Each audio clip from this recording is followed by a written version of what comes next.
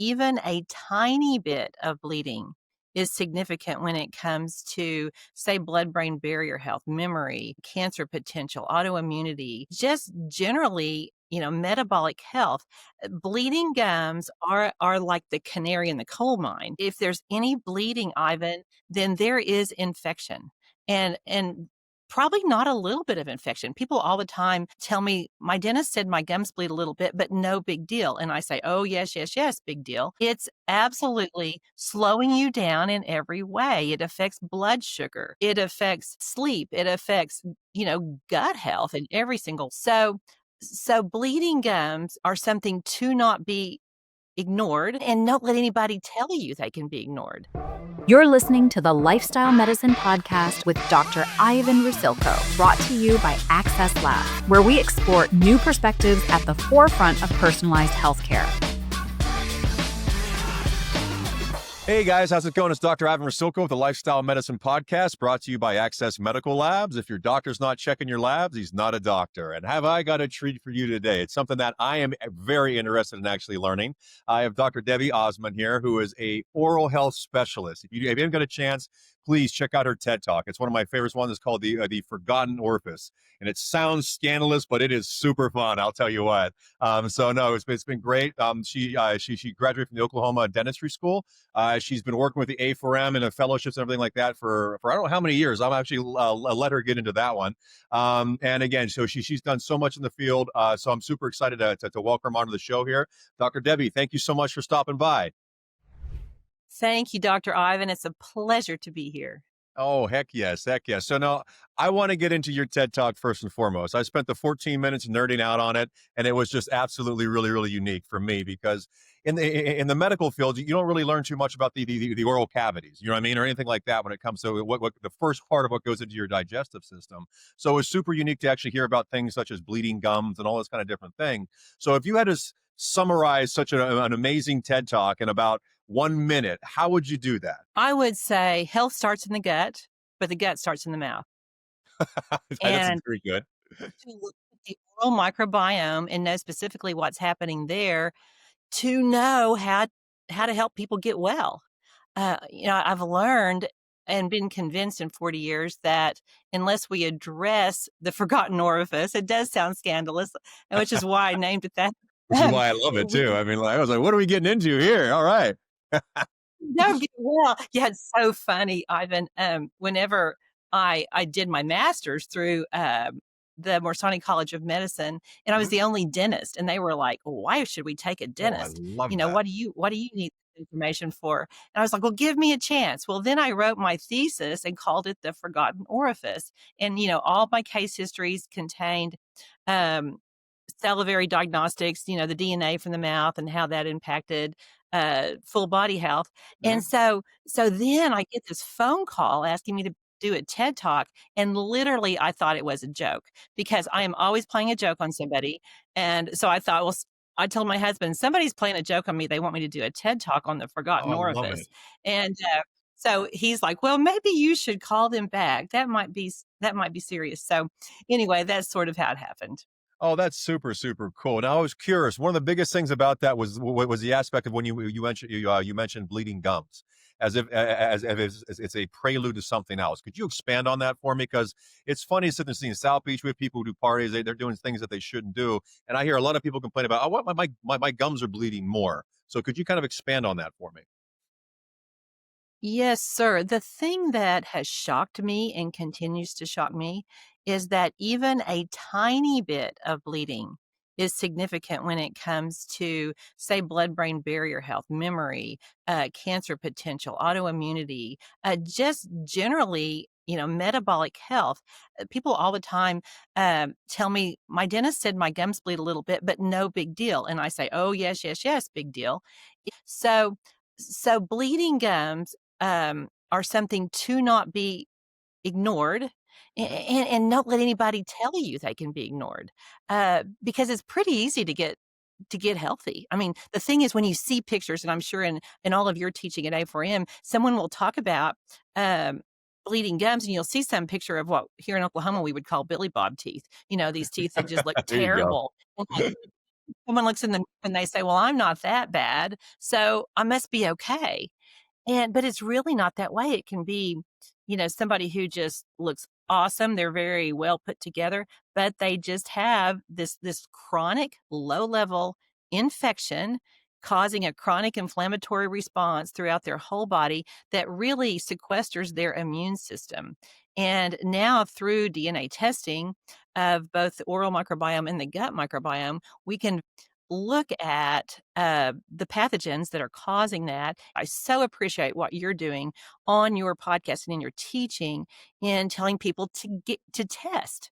Don't Mhm. guess, be very specific at with therapies, and that really helps people get well. No, for sure. And again, precision medicine is the root cause aspect is always diagnostic testing. So if you have somebody who comes in with any type of oral issue, including bleeding gums, are you implementing various types of tests? You had mentioned DNA. Are you checking for hidden pathogens like EBV infections, CMVs, Candida, anything like that, or do you have like a specific panel you usually do? Well, I started in 2010. My world changed when I attended a stroke and heart attack prevention course given by some cardiologists who had launched an oral DNA test. So, a saliva test that tests for 11 different key oral pathogens. So, bad bugs that had already started to be researched to figure out, exactly where they go. In those days, Ivan, we thought it was all just mainly vascular inflammation. We thought about it in terms of blood vessels, and so people will say, "Oh, I'm fine, Dr. Debbie. All I have is heart disease." And I say, "Well, that's 60,000 miles of Gonna blood say, vessels, and my God. the tiny ones go to the really important places." So you Uh-huh. might want to pay attention to that. So I've been saliva testing since 2010, and that just you just start to see all these correlations. Went to that class originally because I was starting to see you know there's way more to this than, fixing teeth. When our daughter was in kindergarten and her teacher said, "What does your mama do?" And she said, "Well, she's a laundry lady and she fixes teeth." And, we're trained very much in dental school to be carpenters. Mhm. We really fix teeth, but it's so much more exciting and really impactful, even when we look at the oral microbiome and how it's impacting the rest of the body. So now I do oral microbiome testing and I do stool testing. I'm currently using the GI map because it looks for a specific oral pathogen called Fusobacterium nucleatum in the gut. It's an Okay. oral pathogen. It has to come from the mouth if it's anywhere else. And of course, now with sophisticated testing, we can know if these bacteria have translocated to the gut, to the brain, to the joints, everywhere. So I do those 2 tests as well, as a 3D X-ray, what's called a cone beam X-ray. Okay. Um, Okay. with those 3 things, yeah, we can find out a whole lot. Oh, that's see, again, it's always nice. I call myself a student of life. I always like to learn. Of course, I always like to think I'm one of the smartest guys at the table, but it's always good when I'm never the smartest guy at the table. So, learning things like this, I think, not only makes physicians and healthcare practitioners, dentists, chiropractors, everybody better people, but I think it provides such a more quality of care for patients and people alike. I think it's fascinating. One of the biggest things that I find here is that I do a lot of chronic pathogen testing, blood based, and we're finding chronic EBV infections pretty much in almost every single Mhm. patient with auto antibodies through the roof. Now, is this something that could sit there and lead to such an immune dysfunction that it could actually manifest with bleeding gums, with oral and hygiene issues and things like that? Uh, Although it is a two-way street, I'd say the wider street is coming from the mouth downstream. I'd say the mouth is upstream even, because these oral pathogens, create this low-grade inflammatory response, and that makes people more susceptible Ugh. to everything you mentioned. So, I often see, specific bacteria high in people who have, autoimmunity. Of course, we're seeing so much more autoimmunity these days. Mhm. My patients are all physician referrals. So there's quite a group of physicians in this region that send patients to me who have chronic inflammatory problems. So of course these days, a lot more autoimmunity, way too much colon cancer, as you know. Oh yeah. I see, yeah, so much colon cancer, and so many in young people, and it's very related to oral bacteria, very related to that same bug I told you about, Fusobacterium nucleatum. In fact, they find that in colorectal tumors, probably about 50%. So it's Wow. considered to be caused at this point. Since the TED Talk, in fact, a German researcher wrote to me and said, "Oh, Debbie, it's not just impacting those tumors; it's actually causal." So. Oh, Um, fast. Super interesting. But the great thing, well, I wouldn't say great thing, Ivan, but the thing I would like for your listeners to know is that this particular oral pathogen, when it colonizes in the gut, it actually causes colorectal tumors to be chemo resistant. So it causes these tumors. Great research in this area. It's all on my website. I have a whole research portal that's free, but it causes chemo resistance to 5-fluorouracil as well as cisplatin. And I've seen that in real time with patients whose chemo is just not working. So, super interesting. Just No, it's crazy. It's extremely interesting. So no, so say you identify a type of pathogen. What is your first line to go after and actually treating it? So I mean, identifying it's step one. What's step two? Step 2 is called a comprehensive periodontal exam. That's just really a standard of care exam, Ivan, that is has kind of fallen off a lot of people's radar in terms of what happens in the dental office. I mean, it's something I learned in 1981, long time ago, but it's the best way to figure out what the extent of disease is and to assess the situation. So that's the next step. And then I actually do um, a deep cleaning, a really good cleaning, and I use a laser. I use I have my protocol that really has been shown to work. I use a laser. I use ozone. Um, so a lot of those, integrative therapies to help get rid of those bugs. Additionally, I really just give, depending on the person or what their level of interest is, pretty much if they come to me, they're very interested in, let's get this cleaned up. I teach them how to keep it clean. And it's not just, use floss. Oh, floss better. Oh, floss better. No, no, I have some very specific, simple solutions that really work. I use some black seed oil, Nigella sativa. Oh, okay. Yeah. Interesting. So well, can you share some of these right now? Now I'm curious. You got me hooked. I'd love to. Um, okay, I think if you listen to the TED Talk, you heard me talking about these chew sticks that I learned about on a mission trip. I was in Nicaragua, and when you're on a mission trip like that, you kind of know the people that are heading to the dentist are the ones with a toothache. They have they're Mhm. in pain. They have a rag on their mouth, but once in a while, I'd see somebody who's just got beautiful teeth and just wanted me to take a look. And I learned, Ivan, that those people generally were getting a little twig off the tree, peeling it smooth, and then using that as a little tiny brush between their teeth. So, so probably starting in about 2004, I came home and I started going to Nicaragua in 2004. Came home and started, what can we find here? What can we find at Walgreens that is similar? Uh-huh. And because my patients were not going to go, get a twig. So I It's a ended hard up, sell there. yeah, a hard sell, similar than floss, but still. So at this point, that sort of evolved over several kinds of tools. But at this point, and I grabbed it before we got on camera. I recommend that people get some form of little brush. And these are simple to find, they're plastic. I wish they weren't plastic. Wish they were something, good like bamboo, I but was just they're gonna the say best we bamboo or something, right?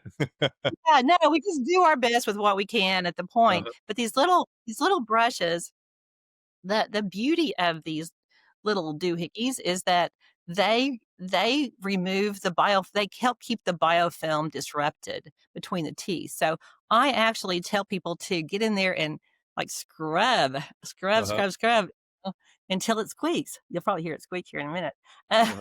see?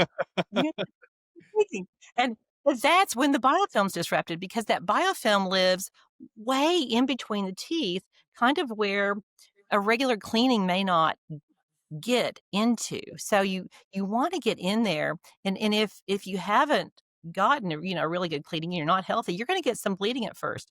But Yep. keep after it. You're going to disrupt those bacteria. Your body's going to cleanse that and heal it. And like you could not make my gums bleed. Period. I mean, they don't bleed because they are super super healthy. So I so then, you know how you learn. I know you are such a learner and you find one thing and that leads to something else, and it's so much fun. Well, for my podcast, a couple of years ago, I was researching Nigella sativa, black seed oil, black seed cumin oil, just in terms of blood sugar and all of that. I came across an incredible research article talking about how black seed oil is effective against Fusobacterium nucleatum, this oral pathogen, as well as some other oral pathogens we know now. But what's so interesting, the active ingredient of black seed oil is thymoquinone. And Okay. thymoquinone, if it could be patented, Ivan, we couldn't afford it. It's so amazing. It's Oh, I love so it. amazing, so much for us. So now generally what I have people do is put a little bit of black seed oil in their hand. I bottle it up for people. Okay. Organic, uh, cold pressed, Texane free, Yep. wild caught black seed oil, and I have them just put some drops in their hand and dip their little brush in it and scrub it in there. Okay. Amazingly inexpensive, amazingly simple. Uh, Almost sounds too good I to be true here. It works, it works, and I've tested, have done, anecdotal studies, but actually using oral DNA and having someone do this for a month, and let's check your levels. It's amazing, 30% decrease in Fusobacterium nucleatum with black seed oil and either Fascinating. oil pooling or just Now, I always try to tell people I think the best cures in the world are the ones God gave us. You know what I mean? The ones that are on earth just chilling around. I mean, like all this processed and nonsensical things. Again, there's some things that are amazing, but I still think the most influential thing we've ever seen is penicillin. That comes from nature itself. You know what I mean? So tricks like that, I think, are just invaluable in nature. Ivan, you're so right. I mean, God has given us everything we need, and we just have to figure it out. And it's not supposed to be complicated. It's not supposed to be expensive, and it's not supposed to be no fun. I mean, Mhm. like this is something, you can I say all the cool people in Oklahoma are doing this, Ivan, sitting around just scrubbing. Yeah. And so, it's hilarious. And it's you know, you don't have to have a lot of dexterity to do that. You really just have It's to almost idiot proof, right? yeah, just I for love it. floss. People will always say, "Oh, Doctor Debbie, my hands are too big for my mouth for floss," and and I just floss the front What ones, kind and I of say, people "Well, you breeding out there in Oklahoma? I mean, my goodness, you got some giants out there, hands too big for their yeah, mouth. we do. We do." Sister actually Um, lives in Tulsa, so it's kind of funny. all the football players are. So anyway, yeah, you're right. You're right. It's the simple things that make the difference. It's the things that everybody can access pretty simply. Mhm. Um, I don't even think it costs 10 cents a day. I Oh, I mean, love that. So yeah.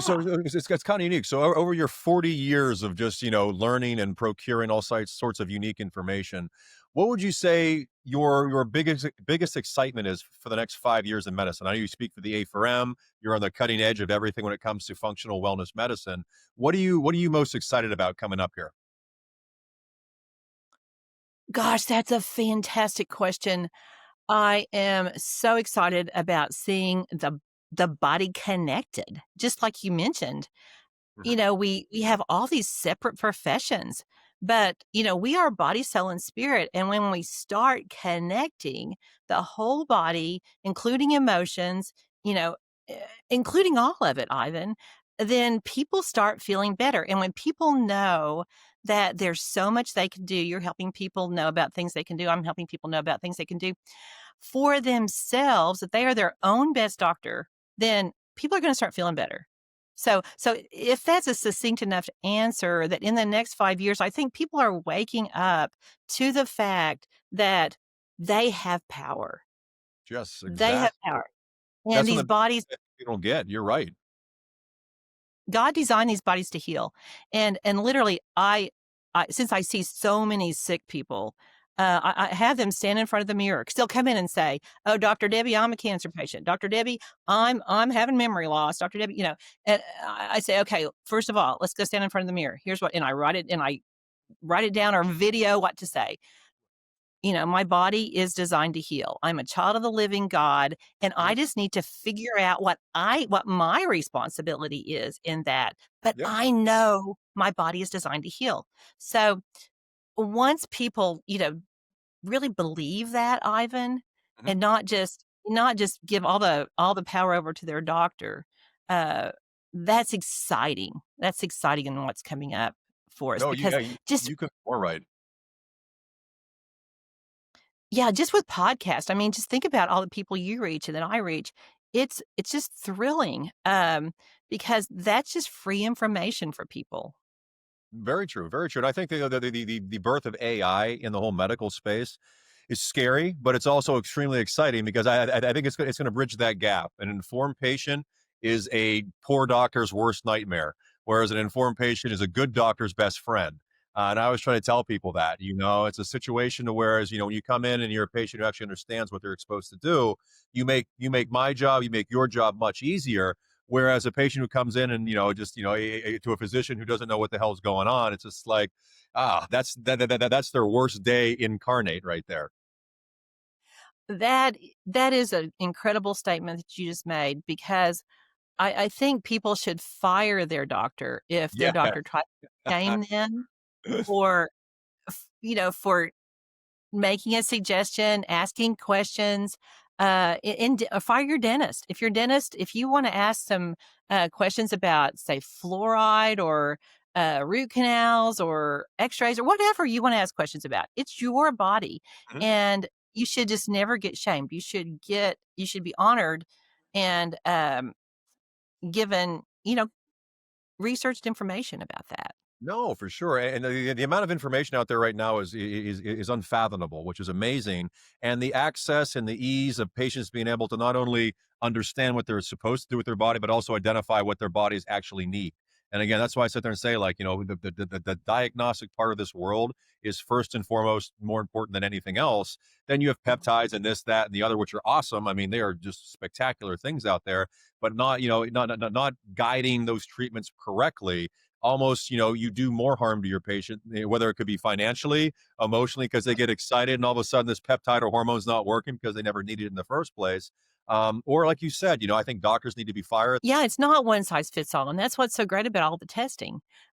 Personalized medicine is thrilling because people can see, their blueprint. They can see what their body likes, what their body needs, and then they can in real time, through your testing, through all this great testing, they can see if it's working for them, and they can know how they feel. And I think that's very hope filled. Extremely hope-filled, and again, there's a lot of excitement about the future, and I know, like you said, me and you both work, hand in hand with the A4M, which kind of is like the major credentialer, the major, breeding pool of new information and new things to come in the industry, which is super exciting. And it's always unique to sit there and see. I remember the last time I was there, I think I was in May. I walked by a stand and said, "Let's talk," and it was about this the introduction of prebiotics, Oh, postbiotics. You know, yes, it's kind of Sabine has on. I think it's probably her booth, yeah. so. What are your thoughts on that one? I'm curious. Oh, gosh, Ivan, thanks for asking this because I probably started asking my patients about their bowel movements, 12 or 15 years ago, and it would be so kind of shocking because here, at that point, I was still in a regular, restorative practice. So, but very boutique-ish. I mean, people that I really knew a lot about and cared about.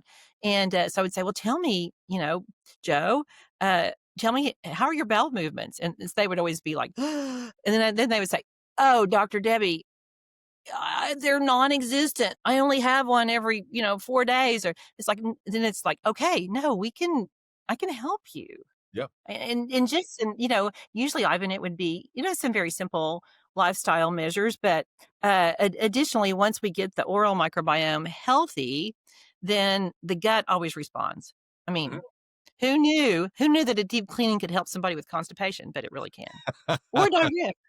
I wouldn't have got that in America's, was it, Next Got Talent show is, And that's uh, not just in Oklahoma, believe me, that, that's anywhere. So that's pretty good.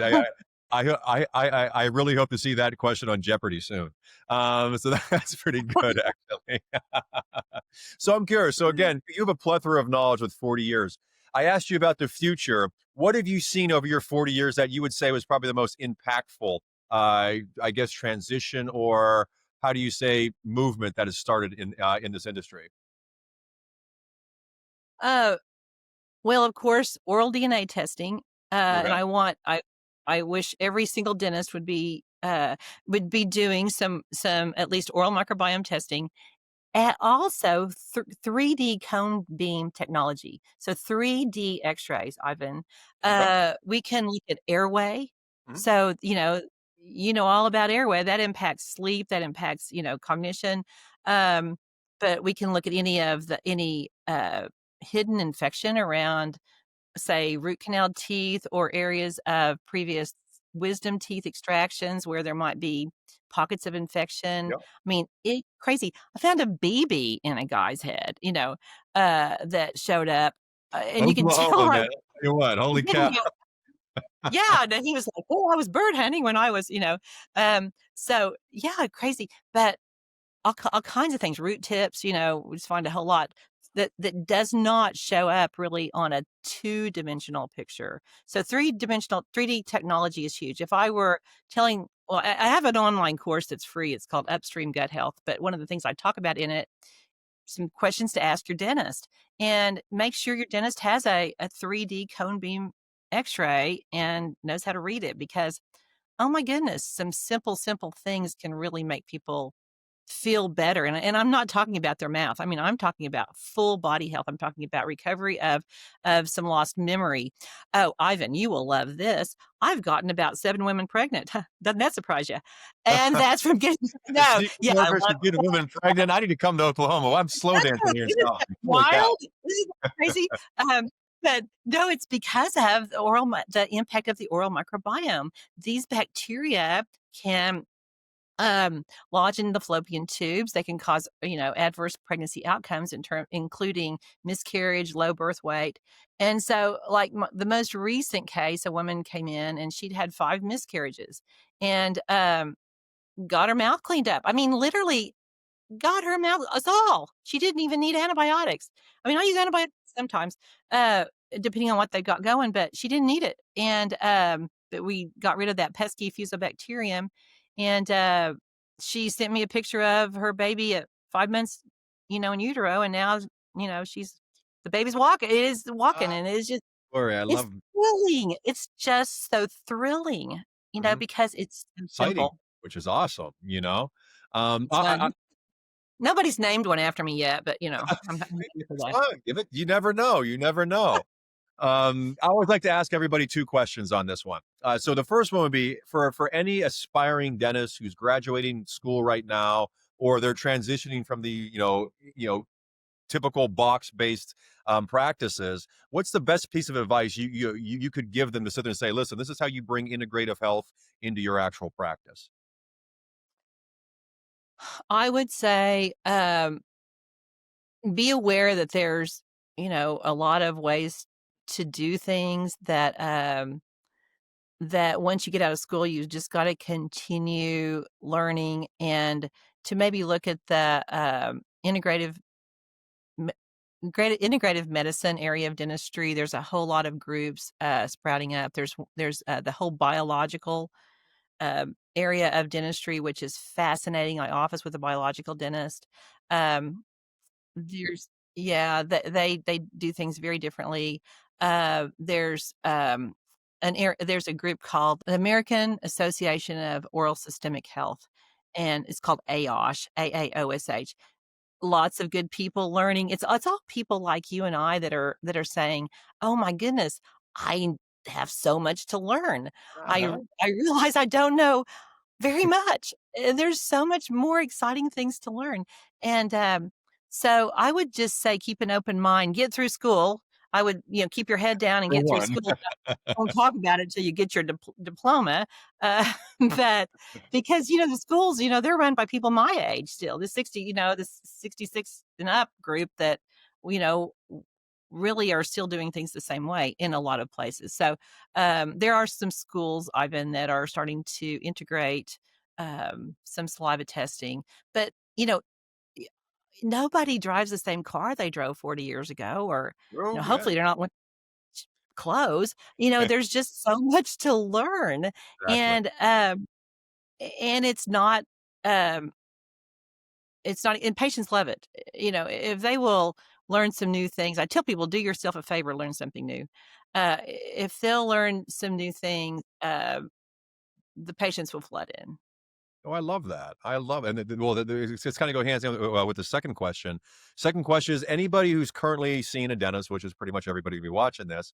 What is something that you should ask your dentist that would kind of not only stimulate better conversation, but also better oral health, and in turn, better longevity and vitality? Um, I would say, "Can we talk about my comprehensive periodontal exam?" Right. Which that There you go. that's It's true. That's the test where it's very objective, measuring around the teeth, to actually, detect early pocket depth to find problems early. What that test does, and that's what I mentioned earlier, that's really standard of care. Everybody should be getting it done once a year, Mhm. and, when I do it, I use a topical anesthesia called Oracix that just keeps it from hurting. Because if people are inflamed, it hurts, and Mhm. nobody wants people, so a lot of times the test might like, the pockets might be a little deeper than measured because you don't wanna hurt the person, so that's why I started using this anesthesia. So I would say, "Let's talk about my oral microbiome," and if they say, "Oh, you're great," and they really don't wanna have that conversation, you know, find Find someone a who new one. does. Yeah, Exactly, find yeah, a new one. I think patients are so nervous about firing a doctor, firing a dentist, firing a chiropractor, firing a whatever because, everybody thinks that, "Oh, they graduated from school, my best interest is their best interest." It's not, you know what I mean? Let's just be honest, medicine in general, no matter what field you're in, is a business, and finding somebody such as yourself who's been in it for 40 years and has evolved every single decade, every single year wow, is very hard to find these days and age. Everybody gets, like you said, get stuck in the same way. They're wearing the same clothes they have for the last 40 years. So I think yeah, finding a physician who's always, bringing new things in their practice, kicking old things out, once the data gets going is, I think the paramount, and I think the measure of what makes a healthcare practitioner actually involved in healthcare. right, right. Yeah. So I I must say, 100%. this has been such a delight. I must say this has been awesome. I'm gonna go home and get my teeth cleaned immediately. I'm gonna have my whole exam going on, and again, I really want to, everybody who's watching this, please check out her TED Talk. I mean, Dr. Dib, it's been an absolute pleasure having you on here. The TED Talk was awesome. I learned a lot myself, and I always it's hard for me to learn something these days because I'm always trying. So it's been such a pleasure to have you on, really, and thank you so much. Oh, thank you. Y'all join me on Instagram, Dr. Debbie Ozment, Ozment. And thank you, Ivan. I so respect what you're doing, and thanks for asking me. It's just been a joy to be with you today. Oh, it's been such an honor. So I want you to have an amazing day out there in Oklahoma. I'll try to do the same thing here in South Beach, and hopefully we reconvene at the A4M. You betcha. All Thank you. right, Bye-bye. guys. Have a good one. Thanks for joining us today on the Lifestyle Medicine Podcast. At Access Labs, every innovation we pursue is driven by one bold purpose: making personalized medicine more practical and accessible for patients and providers. If this episode sparked new ideas or challenged how you think about patient care, awesome. Follow the show and share it with a colleague who's ready to level up their practice. Head over to our website at accesslabs.com and register your practitioner account today. You'll get access to over 1,000 routine and advanced biomarkers with 24-hour results. When signing up, select Lifestyle Medicine Podcast as how you heard about us and score 10% off your first invoice. Oh, and don't forget, drop us a review. It helps more practitioners like you find us. We'll see you next time.